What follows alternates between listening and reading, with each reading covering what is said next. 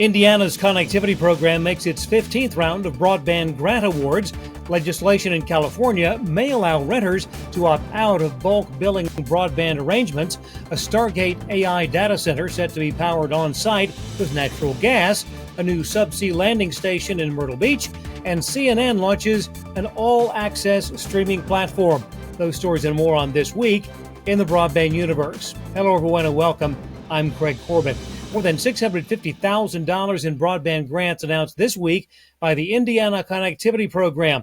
This marks the 15th round of awards in the program by the Indiana Broadband Office. Service providers in the Hoosier State will match the grants, bringing a total investment of more than $1.7 million. In total, the program has allocated better than $14 million. Earlier this year, $1.7 million in new funding was awarded for broadband connectivity in 40 Indiana counties. The process to revoke authority of HKT Limited to provide international and domestic telecom services both to and within the United States has been initiated by the Federal Communications Commission. HKT is affiliated with a China Unicom, a Chinese Communist Party-controlled entity that is already listed on the FCC's covered list due to national security concerns. HKT and its subsidiaries were asked to respond within 30 days. In other FCC news, cable and telecom lobbyists have requested a relaxation of the rules requiring internet service providers to list every fee they charge. The broadband price labels rule took effect in April of 2024, forcing ISPs to itemize each fee. Now, FCC Chairman Brendan Carr has scheduled a vote on the notice of proposed rulemaking that would eliminate several of the broadband label requirements. That vote will take place on October 28th. Legislation that would allow renters to opt out of landlord bulk billing broadband deals has been approved by California lawmakers. Beginning January 1st, tenants may opt out of paying for internet, cellular, or satellite subscriptions from third-party ISPs via a bulk billing arrangement. The new law states that if landlords prevent tenants from opting out, the tenants may deduct the cost of their subscriptions from the rent.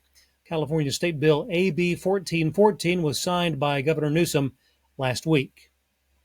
Finding sources of power for new data center projects can be a challenge. Now, word that part of the $500 billion Stargate project in West Texas will incorporate natural gas-fired power generation on site.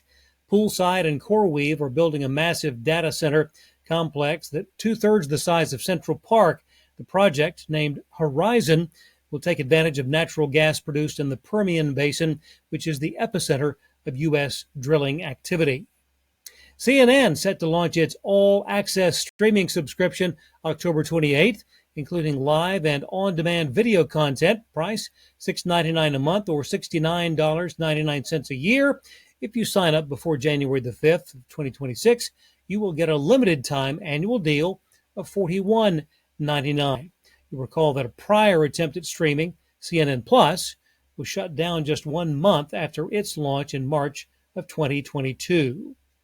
First half of 2025 marking a recovery for the global telecom equipment market with 4% year-over-year growth. That marks a shift following 2 years of decline. Outside of China, revenues increased 8%. That from Del Oro Group.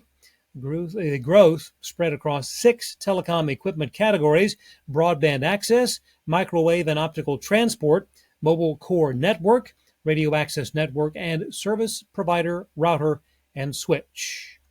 DC Blocks this week announcing a planned expansion of its Myrtle Beach, South Carolina cable landing station, 20 acres adjacent to the Myrtle Beach International Technology and Aerospace Park have been acquired, the potential to accommodate as many as 5 additional subsea cables, along with an additional 20 megawatts of power from the current on-site substation.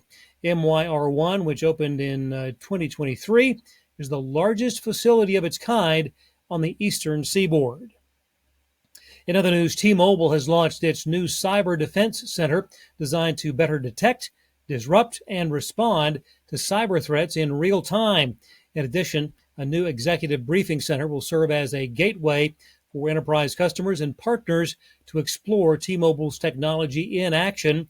The new Cyber Defense Center is an investment in proactive threat defense and security improvement and features global threat maps, network flows, and security alerts. And finally, speaking of threats, scam text messages have multiplied here in the U.S., and the amount of money extorted now more than $1 billion. According to the Department of Homeland Security, criminal organizations operating out of China have created server farms that blast scam texts to victims.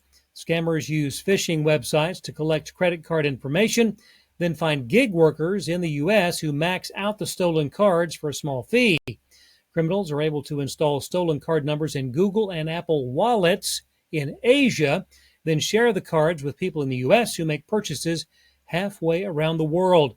Americans reported an all-time high of 330,000 toll scam messages in a single day last month. Please be cautious. Well, thanks for watching. We'll see you next time on This Week in the Broadband Universe.